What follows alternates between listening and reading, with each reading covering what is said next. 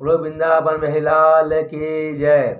आइए भक्तों, माताओं, श्रोताओं, मेरे इस धार्मिक चैनल में आप सभी लोगों को स्वागत है। इस चैनल को सब्सक्राइब, घंटी को ऑल पर सेट करें, वीडियो को लाइक करें, शेयर करें। वृंदावन महिलाल की जय। आइए भक्तों, माताओं, भक्तों, फागुन मास पक्ष की अम्ल की एकादशी महात्मा कथा को श्रवण करते हैं। बोलो वृंदावन लाल की जय। इस प्रकार नैमिष सारण नामक क्षेत्र में 88,000 संसाधु महात्मा शौनक आदिक वैष्णवोत्तम विराजमान होकर के व्यास जी महाराज के परम शिष्य सूर्य वैष्णवोत्तम मुखार बिंदु नाना प्रकार इतिहास पुराण महात्मा कथा महात्मा को सत्संग वार्तालाप कर रहे हैं, कथा को श्रवण कर रहे हैं। इस प्रकार परम परमात्मा भगवान सच्चिदानंद श्री कृष्ण चंद्र भगवान के मुखार बिंदु से राजा पांडव इत्यादि जो है कहते महात्मा इतिहास पुराण कथा सत्संग महात्मा को श्रवण कर रहे हैं। राजा दृष्टि ने दोनों हाथ जोड़कर विनय पूर्वक भगवान श्री कृष्ण महाराज जी से निवेदन करते कि हे श्री कृष्ण भगवान, फागुन मास शुक्ल पक्ष की एकादशी का नाम और उनकी महात्मा महिमा को आगे पा करके बतलाइए महाराज। हम श्रवण करना चाहते हैं, सुनना चाहते हैं। तब परमात्मा भगवान सच्चिदानंद श्री कृष्ण महाराज कहते हैं कि हे महाभाग धर्मनंदन, सुनो सुनो सुनो, तुम्हें इस समय वह प्रसंग सुनाता हूँ, बतलाता हूँ, जिसे राजा मानधाता के पूछने पर महात्मा वशिष्ठ वैष्णवोत्तम महाराज ने कहा था, फागुन मास पक्ष की एकादशी का नाम आम्लकी है। इसका पवित्र व्रत विष्णु लोक की प्राप्ति कराने वाला है। मानधाता ने पूछा कि हे महाराज, यह आम्लकी एकादशी व्रत कब उत्पन्न हुई? मुझे आगे पा करके इसकी महात्मा महिमा को बतलाइए। तब वशिष्ठ जी वैष्णवोत्तम महाराज ने कहा कि हे महाभाग, सुनो सुनो सुनो, पृथ्वी पर जो है आम्लकी की उत्पत्ति किस प्रकार हुई यह बताता हूँ। आम्लकी महान वृक्ष है जो सब पापों का नाश करने वाला है, समाप्त करने वाला है। भगवान श्री विष्णु के थूकने पर उनके मुख से चंद्रमा के समान कांतिमान एक बिंदु प्रकट हुआ। यह वह बिंदु पृथ्वी पर गिरा। उसी से आम्लकी अर्थात आंवले का महान वृक्ष उत्पन्न हुआ है। वह सभी वृक्षों का आदिभूत कहलाता है। इसी समय समस्त प्रजा की सृष्टि करने के लिए भगवान ने ब्रह्मा जी को उत्पन्न किया है। उन्हीं से इन प्रजाओं की सृष्टि हुई है। देवता, दानव, गंधर्व, यक्ष, राक्षस, नाग तथा निर्मल अंतःकरण वाले महर्षियों को ब्रह्मा जी ने जन्म दिया है, उत्पन्न किया है। उनमें से देवता और ऋषि उस स्थान पर आए जहाँ विष्णु प्रिया आम्लकी का वृक्ष था।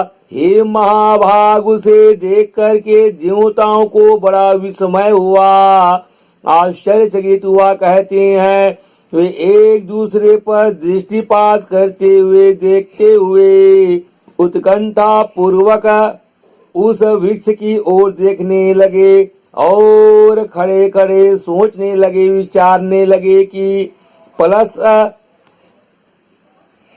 पाकर आदि वृक्ष तो पूर्व कल्प की ही भांति है, जो सबके सब हमारे परिचित है, किंतु इस वृक्ष को हम नहीं जानते। उन्हें इस प्रकार चिंता करते देखकर आकाशवाणी हुई, हे महर्षियों, यह सर्वश्रेष्ठ आम्लकी का वृक्ष है। जो विष्णु भगवान को प्रिय है, इसके स्मरण मात्र से गौदान का फल मिल जाता है।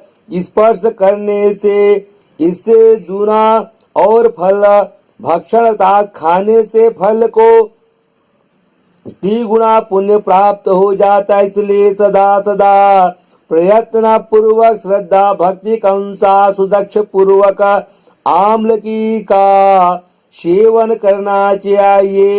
यह सब पापों को हरण करने वाली समाप्त करने वाली वैष्णव वृक्ष बताया गया है और ऐसा ही जाना जाता है। इसके मूल में विष्णु, इसके ऊपर ब्रह्मा, इस कंद में परमेश्वर भगवान रुद्र, शाखाओं में जो है मुनि, टहनियों में देवता, पत्तों में वसु, फलों में जो है मरुद गण तथा फलों में समस्त प्रजापति वास करते हैं, निवास करते हैं। आम्लकी की वृक्ष सर्वदेवमयी बताई गई है। अतः विष्णु भक्त पुरुषों के लिए यह परम पूज्य है। ऋषि बोले, हम लोग आपको क्या समझे, आप कौन हैं, देवता हैं या कोई और, हमें ठीक ठीक बताइए। आकाशवाणी हुई, जो संपूर्ण भूतों के कर्ता और समस्त भुवनों के दृष्टा हैं, जिन्हें विद्वान पुरुष भी कठिनता से देख पाते हैं, वही सनातन विष्णु मैं हूँ कहने लगा। देवादिदेव भगवान श्री विष्णु का कथन आकाशवाणी को सुन करके उन ब्रह्म कुमार महर्षियों के नेत्र आश्चर्य से चकित हो उठे। उन्हें बड़ा विस्मय हुआ, आश्चर्य हुआ। वे आदि अंतरहित भगवान की स्तुति करने लगे, प्रार्थना करने लगे। ऋषि बोले, संपूर्ण भूतों के आत्मभूत आत्मा एवं परमात्मा को नमस्कार है, नमस्कार है। अपनी महिमा से कभी च्युत न होने वाली अच्युत को नित्य नित्य बारंबार प्रणाम है, प्रणाम है। अंतरहित परमेश्वर को बारंबार प्रणाम है। दामोदर सर्वज्ञ और यजेश्वर को नमस्कार है, नमस्कार है। हे मायापते आपको प्रणाम है। आप विश्व के स्वामी हैं, आपको नमस्कार है, नमस्कार है। ऋषियों की इस प्रकार स्तुति वंदना प्रार्थना करने पर भगवान श्री हरि संतुष्ट हुए, प्रसन्न हुए, आनंदित हुए और बोले, हे महर्षियों, तुम्हें कौन सा अभिष्ट वरदान दूं।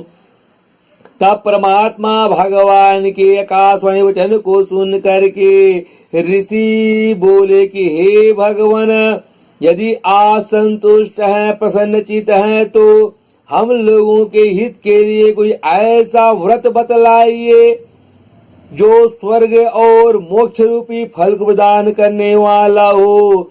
श्री हरि विष्णु भगवान बोले कि हे महर्षियों, फाल्गुन मास शुक्ल पक्ष में पुष्य नक्षत्र से युक्त द्वादशी हो तो वह महान पुण्य देने वाली और बड़े बड़े पातकों का नाश करने वाली होती है। हे महाराज, उसमें जो विशेष कर्तव्य है उसको सुनो सुनो। आम्लकी व्रत एकादशी में आंवले के वृक्ष के पास जाकर के समीप में वहां रात्रि में जागरण करना चाहिए। इससे मनुष्य भक्त प्राणी सब पापों से छूट जाता है, मुक्त हो जाता है और सहस्त्र गौदान करने का फल को प्राप्त कर लेता है।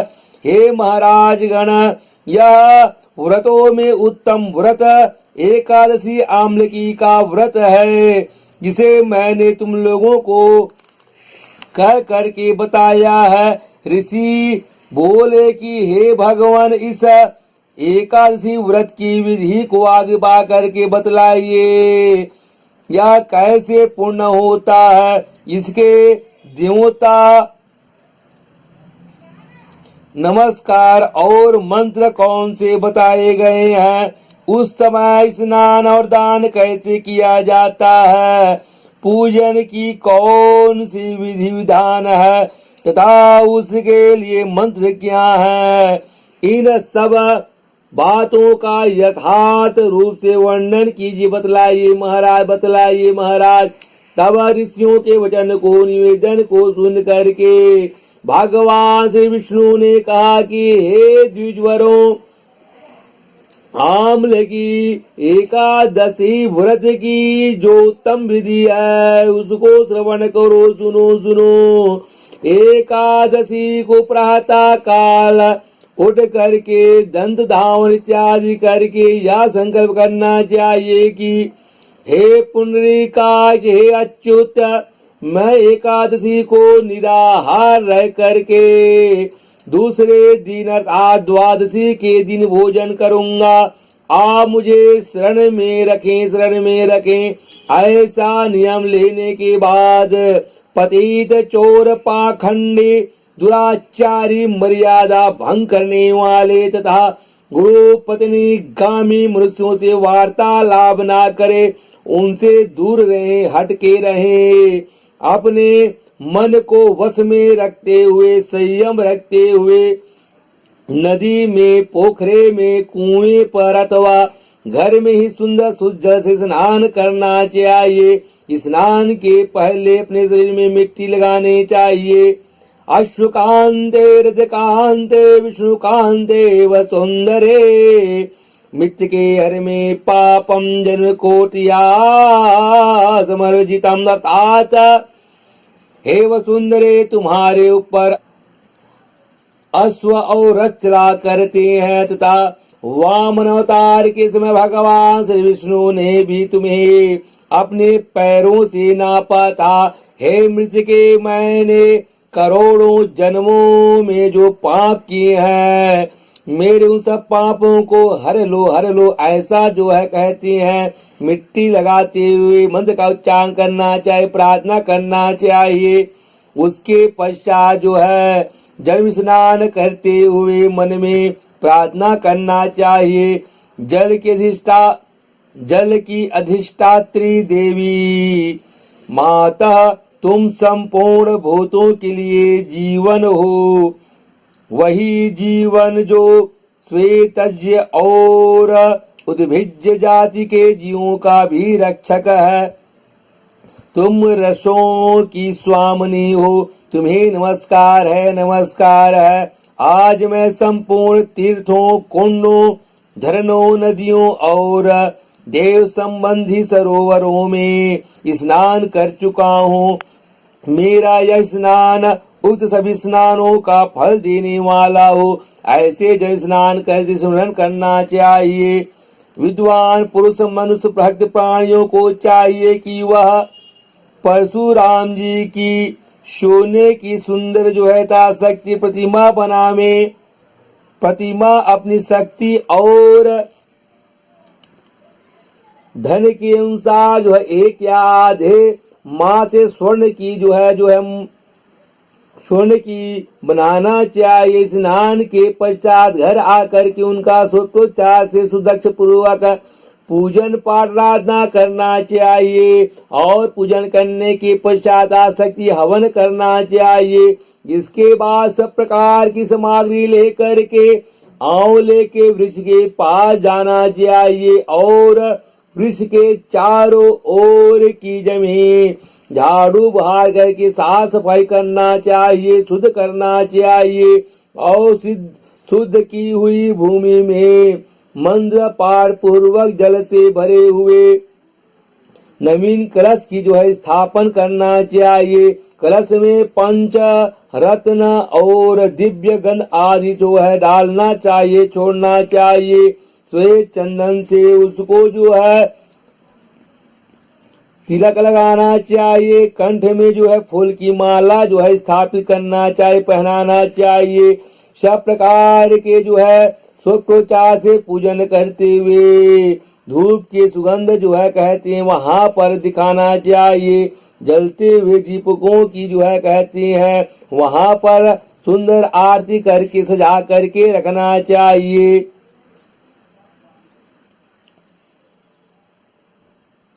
इस तरह पूजा के लिए वहां पर छाता जूता वस्त्र भी जो है कहते हैं रखना चाहिए, समर्पण करना चाहिए, चढ़ाना चाहिए। जल के ऊपर एक पात रख करके उसे दिव्य कलश के जो है कहते हैं पास में स्वर्णमय परशुराम जी की जो है मूर्ति रख स्थापन करना चाहिए।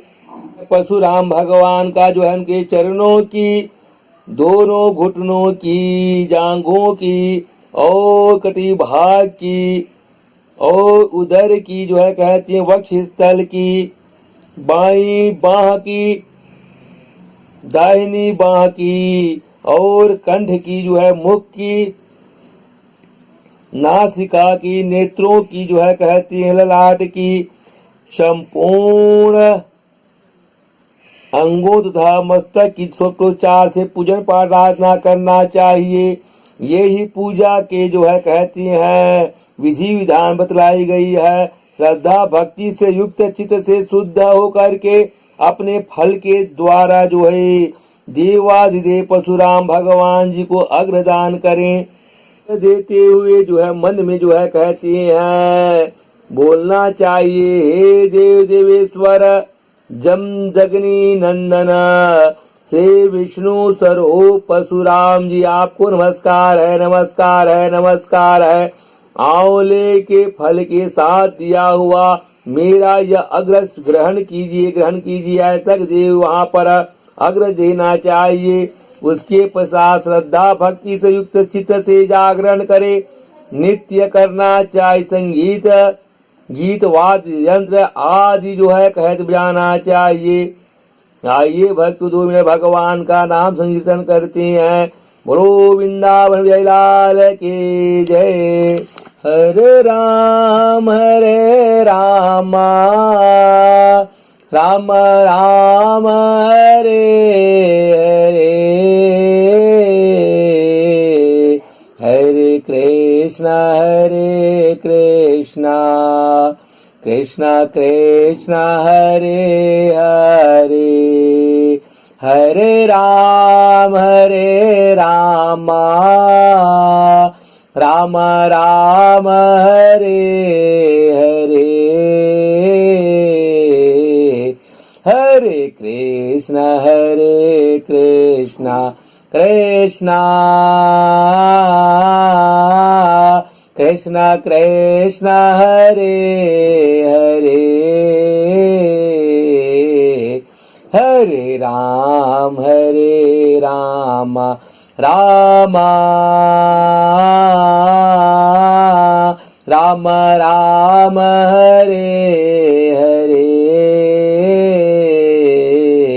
हरे कृष्णा कृष्णा कृष्णा कृष्णा हरे हरे। बोले वृंदावन लाल के जय। इस प्रकार जो है कहते हैं कथा वार्ता करते हुए सत्संग समय विदित करना चाहिए, रात्रि विदित करना चाहिए। उसके बाद भगवान विष्णु के नाम ले लेकर के आम्ल के वृक्ष की जो है परिक्रमा 108 बार या 28 बार जो है करना चाहिए। फिर सवेरा होने पर श्री हरि भगवान की सुंदर मंगल आरती करना चाहिए। फिर संत साधु महात्मा वैष्णव ब्राह्मण की जो है पूजा करके वहाँ की सब सामग्री अपने आचार्य को जो है प्रदान करना चाहिए, दक्षिणा में देना चाहिए। परशुराम जी का मूर्ति है, कलश है, 2 वस्त्र, जूता, छाता आदि सभी सामग्री को यथाशक्ति दान करें और यह भावना रखें मन में कि परशुराम जी के स्वरूप में भगवान श्री विष्णु मुझ पर प्रसन्न हो। उसके पश्चात अम्ल की वृक्ष का स्पर्श करके छू करके उसकी जो है प्रदक्षिणा करे और स्नान करने के बाद विधि पूर्वक संत साधु महात्मा वैष्णव ब्राह्मणों को जो है भोजन करावे और भोजन करा के साथ दक्षिणा इत्यादि के प्रणाम करके विदा करना चाहिए। उसके पश्चात अपने कुटुंबियों के साथ मित्र इष्ट बंधुओं के साथ सुंदर भोजन करना चाहिए। ऐसा करने से जो पुण्य होता है, फल की प्राप्ति होता है, वह संपूर्ण तीर्थों के जो है सेवन से जो पुण्य प्राप्त होता है, वह सब प्रकार के दान देने से जो फल मिलता है, वह सब उपयुक्त विधि के पालन से सुलभ हो जाता है, मिल जाता है। समस्त यज्ञों की अपेक्षा भी अधिक इस एकादशी आम्ल की एकादशी व्रत करने से, दान करने से फल मिल जाता है। इसमें तनिक भी संदेह नहीं है।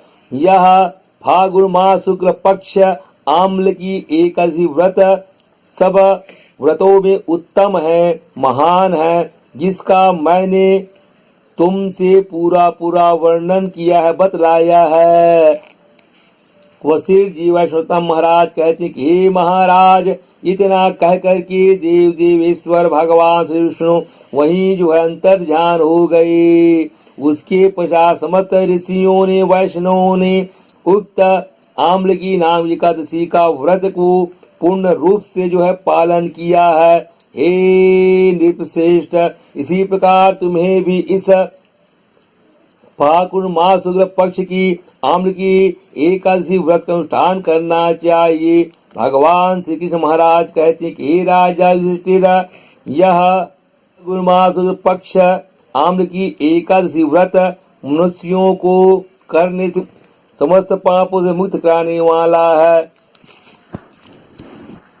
इस प्रकार जो भी श्रद्धा भक्ति प्राणियों के द्वारा जो है फागुन मास पक्ष आम्ली के व्रत करते हैं, जो भी मने में जो है कामना होती है, हरि भगवान नारायण सिंह कृपा से वह प्राप्त कर लेते हैं। समस्त पाप उनके जो है समाप्त हो जाता है। दे फागुन मास पक्ष आम्ली एकादशी आम समाप्त। बोलो वृंदावन भाई लाल के जय, लक्ष्मी नारायण भगवान के जय, जगन्नाथ स्वामी भगवान के जय, लक्ष्मी नारायण भगवान के जय, लखन सिंह रामचंद्र भगवान के जय, संगमनाथ पार्वती भगवान के जय, पवनसुत हनुमान के जय, नगरित भगवान के जय, ग्रामदूत भगवान के जय, अपने अपने गुरु महाराज के जय, अपने अपने माता पिता के जय। धर्म की या धर्म का नाश हो, प्राणियों में सद्भावना हो, विश्व का कल्याण हो, गौ हत्या बंद हो, माता की जय, गौ सेवा हो। जय जय सीताराम, जय जय सीताराम, जय जय सीताराम।